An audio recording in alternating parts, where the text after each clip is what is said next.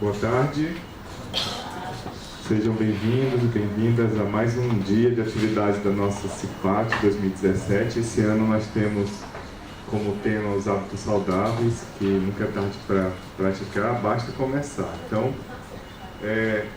nesse momento nós vamos ter uma palestra, já agradeço de antemão a presença do ICC aqui entre nós, para falar sobre um tema importantíssimo para a prevenção de doenças, para a manutenção da nossa saúde. Hoje nós vamos ouvir sobre prevenção do câncer, tanto para o homem quanto para a mulher. A Jamile e a sua equipe está aqui para conversar conosco sobre esse tema. Fiquem à vontade, sintam-se em casa, estamos à disposição. Boa tarde a todos. Meu nome é Jamile, eu sou enfermeira. Aqui nós temos a Carol, fisioterapeuta. Vanessa, assistente social. Camila, farmacêutica. Adriana, nutricionista. E Khadija, psicóloga. Nós somos uma das equipes da residência multiprofissional do Instituto do Câncer do Ceará, certo? Nós trabalhamos e, ao mesmo tempo, nós aprendemos no ICC. E a residência é um tipo de especialização em serviço. Então, nós estamos aqui para falar um pouquinho da definição do que seria o câncer, quais os fatores de risco de desenvolvimento e como a gente pode prevenir, e mostrar um pouco da realidade brasileira no Brasil. Falando um pouquinho do ICC, certo? O ICC é uma instituição privada e filantrópica, atende 70% dos pacientes do SUS, certo? E 30% é de convênios. Aí é referência norte e nordeste no tratamento e no diagnóstico precoce das neoplasias, e tem como tipos de tratamento cirurgias oncológicas, quimioterapia e radioterapia. Assim, para o paciente do SUS entrar no ICC é através da porta de entrada, que é o ambulatório Colina Parente, que o paciente ele passa por uma triagem com a equipe multiprofissional e nessa triagem a enfermeira vai avaliar se o paciente é perfil do hospital ou não. Como é esse perfil? Vai trazer vários exames e nesses exames a gente avalia se tem risco de ser uma neoplasia maligna ou se é benigno. Se for benigno, a gente referencia para outra assistência. Se for realmente câncer, a gente encaminha para iniciar o tratamento. E nós temos também a Casa Vida. Assim, 70% dos nossos pacientes são do SUS. E a grande maioria deles são do interior. Então, a gente tem uma casa de apoio, que é anexo ao hospital, onde esses pacientes eles ficam morando nessa casa de segunda a sexta-feira para fazer o tratamento. Seja ele radioterapia, seja ele quimioterapia. E essa casa, ela vive através de doações. As pessoas vão, doações de alimentos, de produtos de higiene pessoal, que assim a gente dá para os pacientes e os acompanhantes, para eles poderem se manter nessa casa. Até atualmente, a nossa campanha está sendo a doação de cabelos, que está com uma parceria com o Instituto em São Paulo, para fazer a cada, acho que 50 cabelos doados de 25 centímetros, eles doam para o ICC 2 perucas, que a gente está doando para as pacientes que necessitam.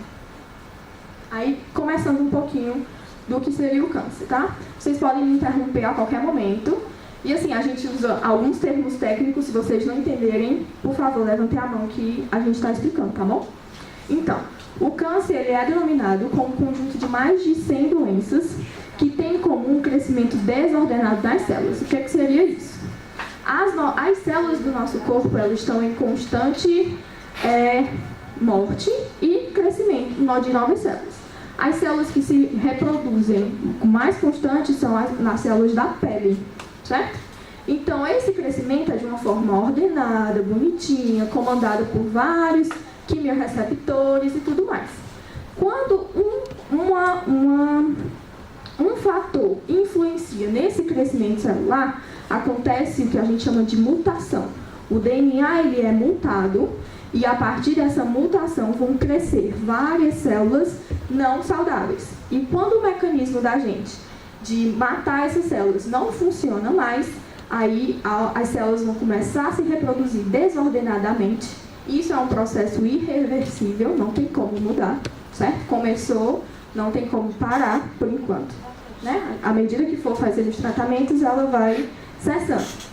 E assim, e ela tende a invadir tecidos e órgãos vizinhos. Então é um crescimento descontrolado, acelerado, e que faz com que aconteça o que todo mundo conhece como um caroço. Aparece um caroço em algum lugar do corpo, que é um montante de células que não são normais. E assim, como é que acontece? As células normais, elas se reproduzem normalmente, todas bonitinhas.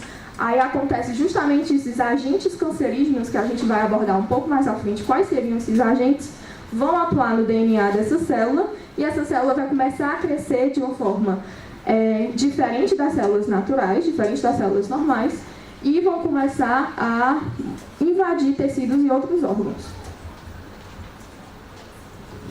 Mas acontece duas formas. Não é todo tumor que é maligno. Existem também os tumores benignos, que são crescimentos de células também, de uma forma diferente das normais, mas elas são crescimento lento. Ela tem como característica crescimento lento, coordenado, elas não invadem nenhum tecido subjacente. Então é característica de um tumor benigno. Ele é bem delimitado, ele é bonitinho, entre aspas. E o tumor maligno, ele é completamente desordenado e vai invadir outros locais. Assim, nós temos as diferenças do tumor benigno para o maligno. Formado por células bem diferenciadas, ou seja, elas são muito parecidas com as células normais. Tem um crescimento progressivo, ou seja, é lento, é um crescimento lento. Não ocorre metástase. O que é metástase? Que o tumor primário, certo? Em algum lugar vai migrar para outro órgão. Isso é uma metástase. E é uma massa bem delimitada, expansiva, não invade nem filtra nenhum tecido subjacente. Ele fica mesmo no lugarzinho onde ele foi formado. Ele não vai para nenhum outro lugar. Diferente do tumor maligno, que ele forma células anaplásicas, ou seja, elas são completamente diferentes das células normais. Tem um crescimento muito rápido. Tem umas mitoses anormais. Mitoses são suas diferenciações.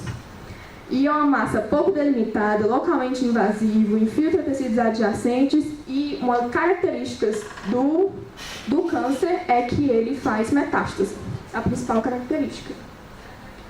Aí assim, para que isso ocorra, não é só uma coisa. Não é porque meu pai e minha mãe tiveram câncer que eu vou ter. Câncer é uma doença multifatorial, que ela acontece pela hereditariedade, é um fator importante em alguns tipos de câncer, e os fatores externos, que a gente vai abordar mais na frente, o que seriam esses fatores externos. Mas assim, já difundindo que o câncer é uma doença multifatorial. São vários fatores que fazem com que ocorra o câncer. Aí assim, vamos pensar em estatística.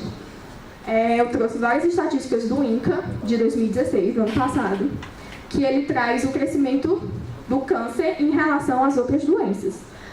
Em 1990, a mortalidade no Brasil era por doenças cardíacas, certo? Tendo que esse crescimento foi diminuindo ao passar do tempo. As doenças respiratórias e a diabetes também se manteram constantes. E o câncer, apesar de se manter linear, ela é a segunda causa de mortalidade no Brasil. Só perde para doenças cardíacas. Aí, falando de homem e mulher. Para 2016, o INCA estimou que 596 mil casos novos iam ser diagnosticados no Brasil, sendo de vários tipos. Aí vamos delimitar o do homem e da mulher. Primeiro lugar é o câncer de pele não melanoma, porque existe o câncer de pele melanoma e o não melanoma. Para homem, o segundo lugar é próstata, traqueia, bronquio e pulmão, terceiro, cólon e reto, quarto lugar, estômago, quinto e cavidade oral, sexto. Na mulher, segundo lugar, mama, terceiro, cólon e reto, quarto, colo do útero, quinto, traqueia, brônquios e pulmões, e sexto, estômago. Aí aqui trazendo já a estatística, trazendo que o câncer de próstata tem 27%, em um ano teve o crescimento de 27%, e o câncer de mama 20,5%. E o colo do útero aqui está aparecendo 10,3%, ou seja, esses cânceres eles são mais comuns na população brasileira, então são os tipos de câncer que a gente vai abordar aqui hoje, como a gente pode prevenir e como a gente pode detectar o mais precocemente. Vamos abordar um pouquinho dos fatores de risco. Boa tarde. Então, vou falar um pouco dos fatores de risco, certo? O que é o risco? É a possibilidade que a gente tem de uma pessoa sadia adquirir uma doença. E os fatores é o que aumenta esse risco de a gente adquirir o câncer.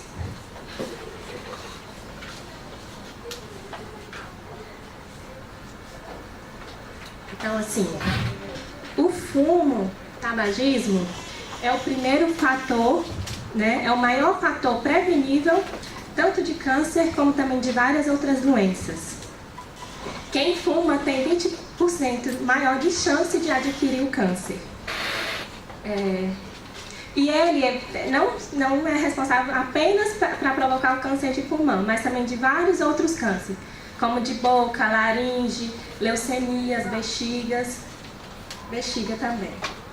O outro fator, o segundo maior fator prevenível de câncer é a alimentação, certo? Então, uma má alimentação, quando você ingere muitos produtos industrializados, produtos embutidos, como, por exemplo, a salsicha,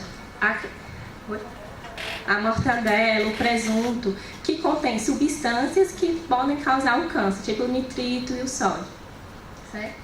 Outro fator também relacionado ao câncer é a bebida alcoólica. O álcool ele também pode ocasionar câncer. Alguns tipos de câncer, como por exemplo o câncer de boca, de fígado, de estômago. E o álcool, ele associado com o tabagismo, aumenta mais ainda a probabilidade de causar o câncer. O álcool, tanto ele pode causar o câncer, como ele também pode ajudar a absorver algumas substâncias que podem causar o câncer. Outro fator também relacionado é a obesidade. Porque a pessoa que é obesa, ela tem... uma pessoa obesa, eles têm um processo inflamatório que faz com que o organismo libere substâncias que podem causar o câncer.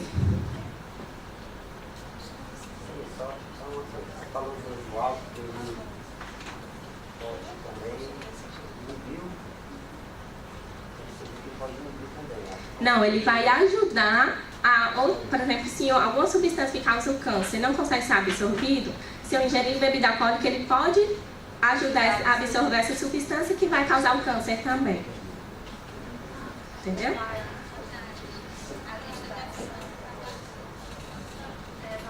Outro fator também é a exposição de alguns vírus. Algumas infecções também podem estar causando o câncer, né? Por exemplo, a hepatite B e C pode causar câncer de fígado. O HPV pode causar o câncer do colo de útero. E o H. pylori, que pode causar estômago, câncer de estômago. Né? Outro fator também é a exposição de produtos químicos, como os agrotóxicos, que se a pessoa não tiver cuidado, né, entrar em contato, pode estar ocasionando câncer. A radiação também é um fator de risco, mas aí vai depender também da idade, do tempo de exposição, do sexo, certo? Então, a radiação, a gente pode ser exposto como os exames de raio-x, tomografia, mas como pouca exposição, né, não tem tanto risco, mas também existe a possibilidade. E também a exposição do sol, né, que vai causar aí o câncer mais predominante, que é o de câncer de pele, né, o melanoma. E quem tem maior chance são as pessoas que têm o cabelo e a pele clara, os olhos claros, né, porque a cor que vai proteger da radiação solar. E também cuidado com as crianças, porque as crianças têm maior exposição ao sol. E estudos mostraram que a exposição do sol na infância, nas primeiras décadas, podem ser a causa de câncer futuramente nos adultos.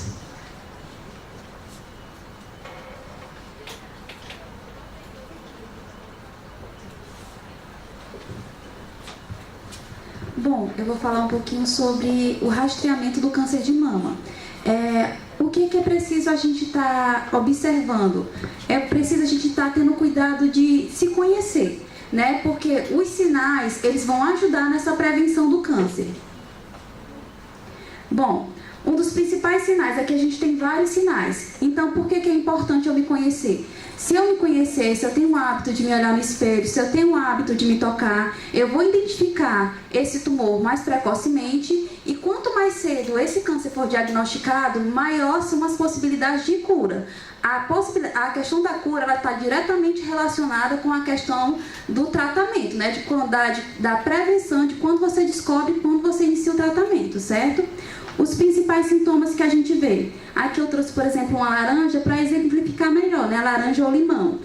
Os principais sintomas que a gente vai ver na mama seria o endurecimento. Lembrando que o câncer de mama não é só na mulher. Os homens também precisam estar atentos a isso. Homens também têm câncer de mama, certo? Então, um dos fatores, um dos sinais que vocês têm que estar atentos, homens e mulheres, é o endurecimento dessa mama. Outro sinal é o suco, que no caso é como, digamos, quando você amassa a laranja ou o limão, não fica tipo um afundamento, um abaulamento. Se vocês observarem isso na mama, também já é um sinal para ficar alerta. Outro sinal é a erosão da pele. Se vocês verem feridinhas, a pele com algumas feridinhas também já é para estar atento, não só no seio, mas no mamilo também. Outro sinal é a vermelhidão ou ardor. Se você tiver com uma vermelhidão, sentindo uma ardência na mama e não tiver nenhuma, por exemplo, não tiver pegado sol, alguma coisa, também já ficar atento. Outro sinal é um fluido desconhecido. Se você, no caso, mulheres que não amamentam, está liberando algum fluido, os homens também, já é mais um sinal para ficar atento e buscar ajuda médica. Buracos no seio ou mesmo no mamilo, sempre está observando. Protuberâncias, no caso, ver algum volumezinho acima daquilo que é normal da mama.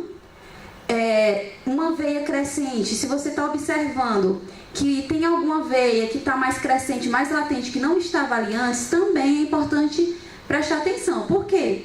O câncer, ele tem uma irrigação própria. Então, conforme ele vai aumentando, ele também vai puxando mais irrigação para si, para ele poder se alimentar. Então, se você vê que tem alguma coisinha diferente, também já ficar de olho, né?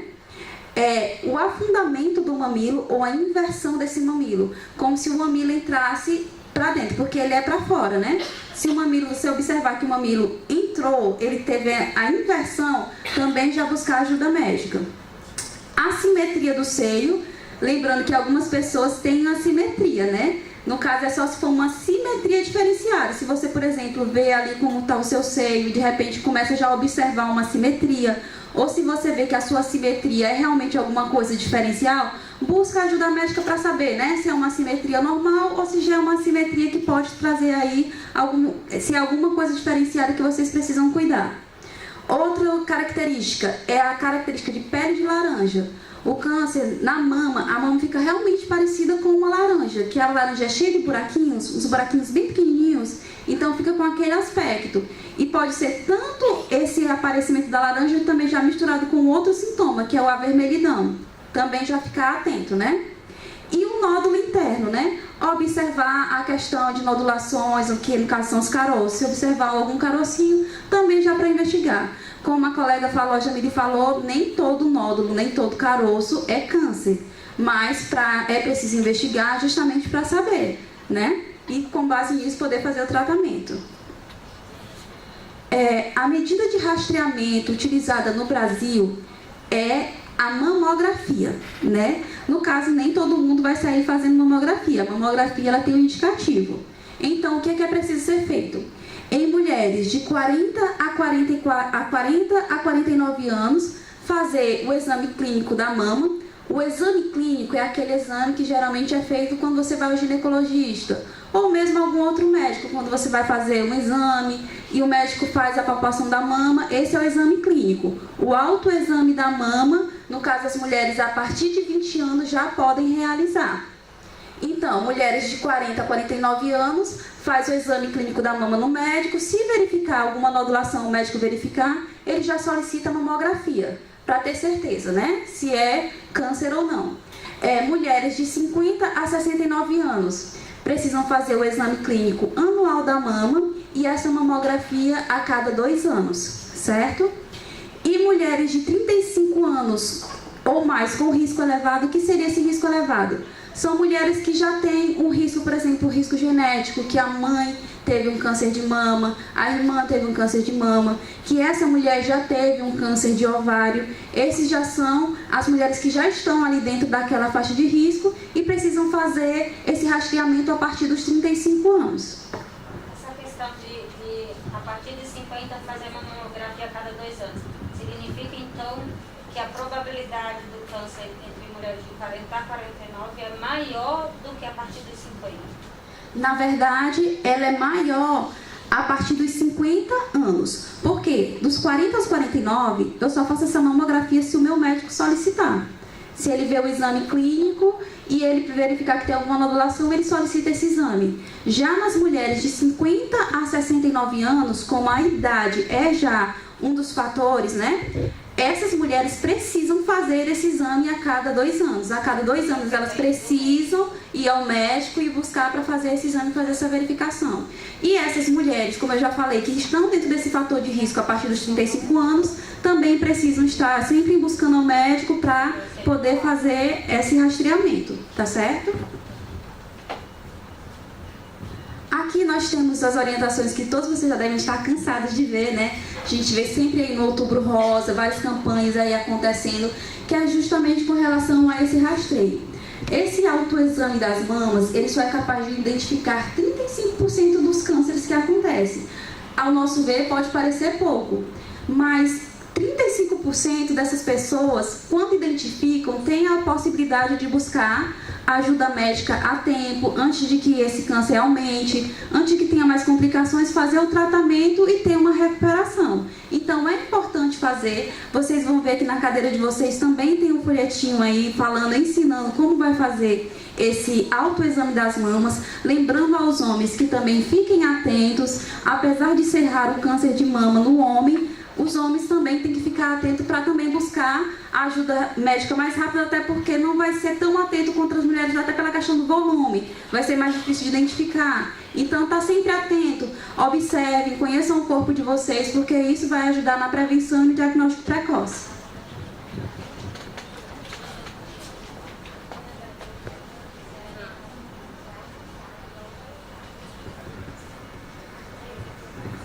Oi, gente, eu vou falar um pouco sobre o rastreamento do câncer do colo do útero, tá? Como já foi dito, o câncer do colo do útero, em especial para as mulheres, um dos principais fatores que a mulher vai poder apresentar futuramente um câncer no colo do útero é o HPV. Então, quando a gente começar a fazer esse rastreio, né? Assim, a gente conhecer para ver se a gente já foi exposto e se a gente tem alguma alteração no nosso colo do útero. É o exame que a gente chama normalmente como vamos fazer a prevenção, né? Esse exame ele é chamado de Papa Nicolau. E quando eu devo iniciar? A gente inicia, é indicado mulheres acima de 25 anos a 60 anos. Estudos mostram que se a mulher antes dos 25 anos não teve ainda relação sexual, não tem a necessidade dela, antes dos 25, fazer esse exame, porque estudos mostram que não tem uma diferença significativa se eu começar nos 20 ou 25 anos. Agora, se a mulher começou uma atividade sexual muito cedo, a partir do momento que ela iniciar a atividade sexual, ela tem por obrigação de fazer o exame Papa Nicolau, tá bom? Aí como vai ser esse rastreio? Quantas vezes eu vou fazer? Eu vou iniciar, faço 1 ano. Aí, por 2 anos seguidos, se eu fizer este exame e não der nenhuma alteração, eu só vou precisar fazer 3 anos seguintes, certo? Normalmente a gente faz todo ano por precaução, mas o Ministério da Saúde indica que a gente, tenho 24 anos, vou começar ano que vem. Fiz com 25, não deu nada. Fiz com 26, não deu nada. Então, supostamente, eu não tenho nenhuma alteração, então eu só vou precisar fazer 3 anos depois. Só que se eu apresentar alguma alteração, o médico vai ver meus exames, então eu tenho que ficar mais, eu tenho que fazer esse exame de rotina até que chegue um momento que eu chegue nesse ponto. Fiz por 2 anos seguidos, não teve nenhuma alteração, então eu só vou fazer 3 anos depois. Deu para entender? Beleza. Acho que aqui todo mundo já fez. Cheguei nos 25 anos, não tive ainda exposição atividade sexual. As mulheres vão fazer apenas o cotonete, apenas para avaliar bem superficialmente o colo do útero. E a partir dos 25 anos, e se eu já tiver alguma atividade sexual, vai ser um exame mais invasivo, onde o médico vai introduzir o espectro, vai olhar mais internamente o colo para ver realmente se já teve alguma lesão, se o colo do útero já apresenta alguma alteração, e diante disso ele vai encaminhar para a gente fazer um tratamento, assim, fazer exames mais, para ver se, como é que posso dizer, mais específicos, mais detalhados para investigar aquilo que eu apresentei, ok?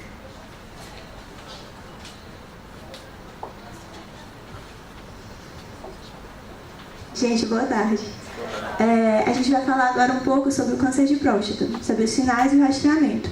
O câncer de próstata, ele tem uma coisinha um pouco diferente do de mama e de colo do útero, porque tanto a Sociedade Brasileira de Urologia como vários outros países por aí, eles não reconhecem tanto o rastreamento para o que a gente chama de população assintomática, ou seja, população que não demonstra nenhum sinal, nenhum sintoma do câncer. Então, a gente vai falar com relação ao câncer de próstata em população de risco. Então, aquela população, aqueles homens que possuem maiores fatores de risco para apresentar o câncer de próstata. Só para ilustrar para vocês, a próstata é uma glândula que está presente somente nos homens, ali, onde vocês estão vendo aquela parte vermelha, certo? Só para vocês localizarem anatomicamente onde ela fica. Pronto, como eu falei, a gente vai falar sobre fatores de risco com relação ao câncer de próstata. Um deles é a idade. O câncer de próstata é conhecido como o câncer da terceira idade. Cerca de 3/4 de todos os casos de câncer de próstata acontecem a partir dos 65 anos. Então, o que é considerado um fator de risco com relação à idade? São homens acima dos 50 anos, ou se eles fizerem parte desse grupo de risco que a gente vai apresentar aqui, a partir dos 45 anos. Nesses casos, homens acima dos 50 e dos 45, anualmente, eles são chamados a ir fazer os exames, né, preventivos, os exames de rastreamento do câncer de próstata, justamente porque fazem parte do grupo de risco. O histórico familiar. Se algum homem teve caso de câncer de próstata na família, principalmente em parentes de primeiro grau, ou seja, irmão, pai, enfim, também faz parte do fator de risco. A chance de desenvolver a doença é um pouco maior do que em população em homens que não possuem esse fator. A cor da pele. Estudos mostram que homens negros da raça negra têm maior chance de desenvolver câncer de próstata do que as outras raças. E a obesidade, assim como vários outros tipos de cânceres que a gente falou, o fator alimentação também é um fator de risco para o câncer de próstata. Então, homens com sobrepeso ou obesos, além de uso abusivo de álcool e tabaco, também têm mais chances de contrair o câncer de próstata. Pronto, e aí a gente também vai falar dos sintomas, né? Que sintomas que podem ser apresentados, que possa se pensar em câncer de próstata. Sangue na urina, então a presença de sangue a urinar, ter que forçar também para urinar, problemas urinários, incapacidade de urinar, urina cortante, sensação de queimação, disfunção erétil, ter que urinar frequentemente à noite, então sempre estar se levantando para urinar, um cansaço fora do normal e uma dor na região lombar. Lembrando que esses sintomas podem ser de várias coisas, né? Até uma infecção urinária, enfim, são sintomas de várias coisas. É só algum fator a mais que, junto com os outros fatores de risco, podem indicar, né? E aí, o que é que a gente fala em termos de diagnóstico, né, de câncer de próstata? Os dois mais principais, que é o que a gente recomenda, o que a Sociedade Brasileira de Urologia e o Ministério da Saúde recomendam para se fazer naquela população de risco que eu falei, ou seja, homens a partir de 50 anos ou com caso na família a partir dos 45, são aqueles dois primeiros ali, o toque retal e o PSA, certo? O toque retal, ele é utilizado pelo exame de toque, né, no urologista, para diagnosticar qualquer anormalidade na próstata, qualquer inchaço, qualquer coisa anormal. Dura 10 segundos, eu sei que os homens não gostam muito de realizar esse exame, mas é um exame importantíssimo na questão do diagnóstico da próstata. E também ele é essencial para diagnosticar o estágio inicial da doença. Então, o toque retal é muito importante para isso, para diagnosticar no início. Nós temos o PSA, que é o antígeno prostático específico, que é pelo exame de sangue, uma dosagem de uma proteína. Aí o valor limite é abaixo de 4. Porém, podem existir tumores com valor abaixo deste. Quando o PSA estiver acima de 10, é indicado a se fazer uma biópsia.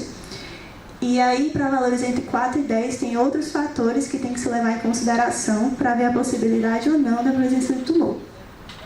Tendo já tido alguma alteração no toque retal e no PSA, aí é recomendado a ultrassom transretal e a cintilografia óssea.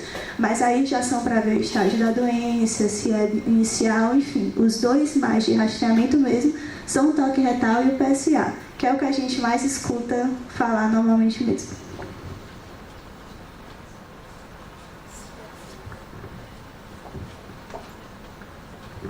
E agora, né? Nós já vimos que tem vários fatores de risco, já vimos que tem o rastreio para mim saber que tamanho tá, se eu tenho, mas o que fazer para estar prevenindo? Não, eu não quero nem ter esse câncer. Então nós vamos falar agora de algumas orientações, e aí são aquelas que rotineiramente nós já sabemos, mas acabamos negligenciando, né, por questões várias. Então nós vamos falar um pouquinho desses.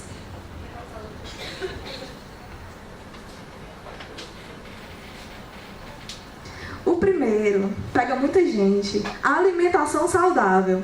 Nós já vimos com a Camila, né, que uma alimentação rica em gordura, rica em embutidos, em alimentos processados é um fator de risco. Então, nós temos que dar preferência à nossa alimentação no dia a dia a vegetais, legumes, alimentos com muita fibra, porque isso vai estar nos prevenindo de desenvolver algum câncer.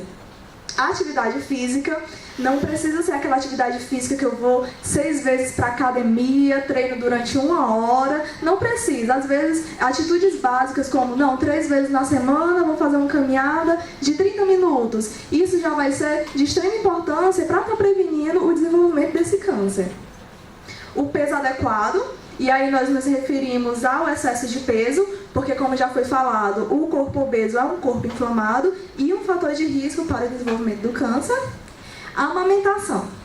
A amamentação por quê? As mulheres que têm os bebezinhos, quando vão amamentar, quando estão amamentando, fazem com que o peito ele produza leite. E aí diminui a multiplicação das células, prevenindo assim o risco de câncer.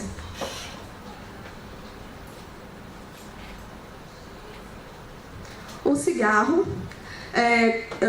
não existe um limite seguro para o uso do cigarro, nem do álcool, então são coisas que nós devemos de fato cessar, não é algo esporádico, mas assim, é preferível que cesse esses hábitos, tanto de fumo como de bebida alcoólica, por serem um dos principais fatores associados ao risco de câncer. A proteção solar, os raios, né? Então, como está prevenindo? O uso do protetor solar, o uso de chapéus, quando você for na praia, procurar ficar embaixo da barraca, tudo isso vai ser um fator de proteção. E a vacinação, aqui referindo à vacina do HPV, para as meninas, no SUS é oferecido para as meninas de 9 a 15 anos e para os meninos de 11 a 15 anos. E aí vai estar protegendo para que, caso essa criança ou futuramente adolescente adulto seja exposto a esse vírus, vai estar prevenindo o desenvolvimento do câncer, no caso das meninas de colo do útero e outros cânceres associados. Vou fazer uma pergunta a respeito dessa vacina, né, que o SUS é até Uma exposição sexual. E aí, essa vacina também, ela se amplia para outros grupos. O grupo focal é esse de meninos e de meninas da cidade, mas também ela se estende para portadores de HIV, se não me engano, até 29 anos, e para pacientes oncológicos em tratamento de rádio ou quimioterapia, pela vulnerabilidade desses dois grupos. E aí também outras medidas como a higienização, tanto oral como das genitárias, no caso do homem, para estar prevenindo também o câncer de pênis. E aí são medidas básicas do nosso dia a dia. E aí o que é que nós frisamos? Não é algo pontual. Como a Jamile falou, o câncer não é algo que se desenvolve a partir de determinado fator, mas um conjunto de fatores, tanto de exposição como de prevenção. Então, eu não vou fumar, tá certo? Eu não fumo e não bebo, mas eu não tenho uma alimentação saudável, eu não pratico nada de atividade física, então você está exposto ao fator de risco. Talvez menos do que pessoas que fumam, bebem, não fazem atividade física e não se alimentam bem. Mas sim, você também está exposto. Então a questão que nós sempre frisamos é o equilíbrio. Você saber até onde você pode ir e sempre estar tentando prestar atenção nos fatores de prevenção, certo? E aí qualquer dúvida, sempre está procurando um médico para ele estar fazendo essa orientação nutricional, de exposição, certo? E agora só um minuto.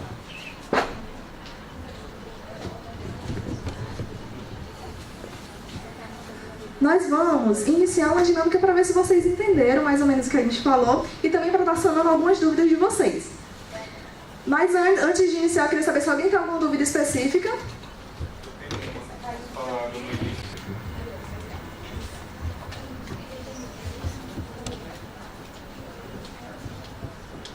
Gente, a mensagem acho que fundamental que a gente quer deixar para vocês é o quê? O autocuidado. O autocuidado que vai ajudar na prevenção desse câncer, não só do câncer como diversas outras doenças. Se você se cuida, se você busca ter uma alimentação para ter mais saúde, se você busca fazer uma atividade física para ter mais saúde, se você conhece o seu corpo, não quer dizer, por exemplo, que não vamos ficar também apavorados, por exemplo, tive uma prisão de ventre, ai meu Deus, eu estou com câncer, né? Tive uma dificuldade de ai meu Deus, eu estou com câncer. Não, mas a questão é o quê? É se conhecer. Quando a gente se conhece, a gente sabe dizer se tem alguma coisa errada na gente ou não. Quantas vezes alguém já não foi no médico sentindo alguma coisa e o médico disse, não é nada. E depois você voltou e era alguma coisa, né? O importante é a gente se conhecer, buscar, né? Buscar ajuda, buscar o atendimento médico só para investigar, para ver se está tudo bem e seguir se cuidando. O autocuidado é fundamental, né?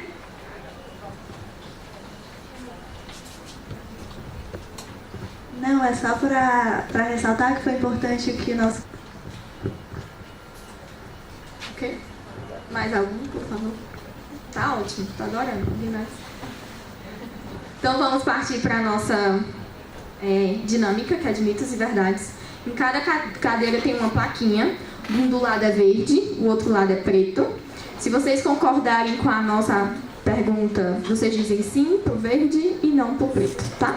Vou passar as perguntas. Pessoas da minha família tiveram câncer, portanto também terei, já que o câncer é hereditário? Sim ou não? Verdadeiro ou falso? Achei 2 verdes. 2 verdes. Certo. Vamos lá. Então, o câncer, ele é uma doença multifatorial, certo? Ou seja, o fator hereditário é um dos fatores que vai fazer com que a pessoa desenvolva câncer ou não. Mas não é só isso. É o fator hereditário, mais alimentação inadequada, mais o sedentarismo, mais o uso de fumo, mais o uso de tabaco, não é o uso de fumo, mais o uso de tabaco, mais o uso de bebidas alcoólicas, tudo isso, todos esses fatores vão fazer com que as células se cresçam desordenadamente e apareça o câncer. Então, não quer dizer que minha mãe teve câncer, quer dizer que eu vou ter. Não é necessariamente assim, certo? Mas tem alguns cânceres que o fator hereditário é muito forte. Por exemplo, câncer de mama. O câncer de mama, o fator hereditário é bastante forte, certo? Não é só isso que vai fazer com que tenha um câncer de mama, mas a hereditariedade é um fator bem preponderante quando a gente vai analisar os estudos e tudo mais. Ela é forte, mas não quer dizer que vai desenvolver. Isso, não quer dizer. Pergunta também, por exemplo, minha família são 11 irmãos, tá? Meu pai e minha mãe somos 11 irmãos. Aí ninguém teve câncer. câncer. Agora aconteceu uma irmã que teve câncer de mama. E aí, assim, pode, né? No caso aí, a questão da herança. Isso, que como a gente conversou, são vários fatores. Ninguém na sua família teve, ela é o primeiro caso, certo? Então quer dizer que algum fator, um conjunto de fatores aconteceram para o desenvolvimento desse câncer. Então é justamente isso que a gente está conversando, certo? Além do câncer de mama, quais estudos que a hereditariedade tem um peso maior? O que a gente já viu muito foi estômago. Estômago tem um peso grande também, de fator hereditário. Próstata também tem. Ovário. Ovário tem bastante nisso. Estômago, ovário, mama. A próxima. O câncer é contagioso? Um colega tem câncer, se eu chegar perto dele, eu vou ter câncer também? Muito bem. O câncer não é contagioso. Então pode beijar, pode namorar com a pessoa que tem câncer, não tem problema, não é contagioso de jeito nenhum. Todo tumor é um câncer? Muito bem. Já existem os tumores benignos e os malignos, né? O tumor benigno, ele é bem localizado, ele tem um crescimento lento, é fácil de detectar. O tumor maligno, ele é invasivo, ele tem um crescimento rápido, então tem esses dois tipos, né?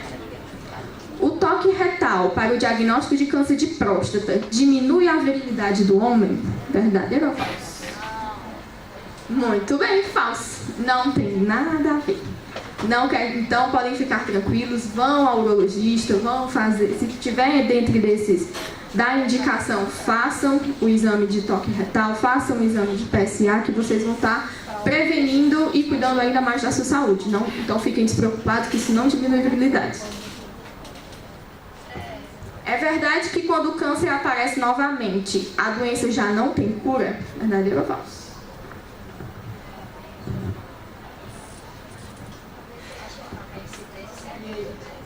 Muito bem, isso mesmo. Isso não quer dizer, tive uma pessoa, eu não vou dizer que eu tive. Uma pessoa teve um câncer, 3 anos depois, foi curada. Os médicos disseram que foi curada. 3 anos depois aparece o mesmo câncer novamente. Quer dizer que ela não pode ser curada? Não.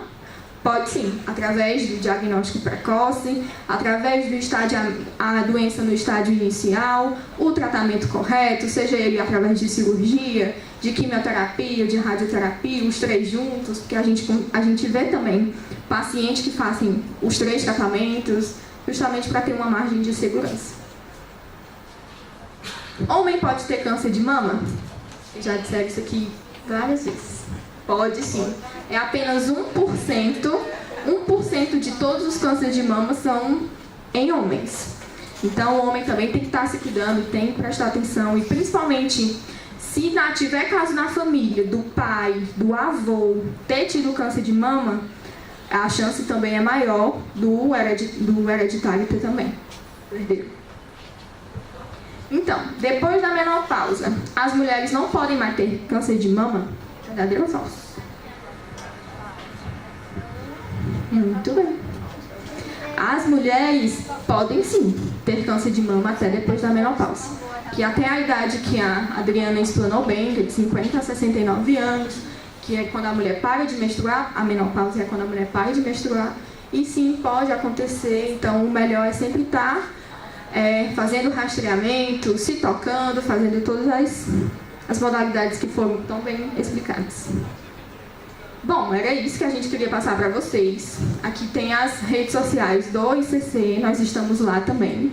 Nós fazemos várias atividades, então nós aparecemos muito lá. E muito obrigada pelo convite, espero que vocês tenham gostado. Qualquer dúvida, a gente está aqui para saná-las.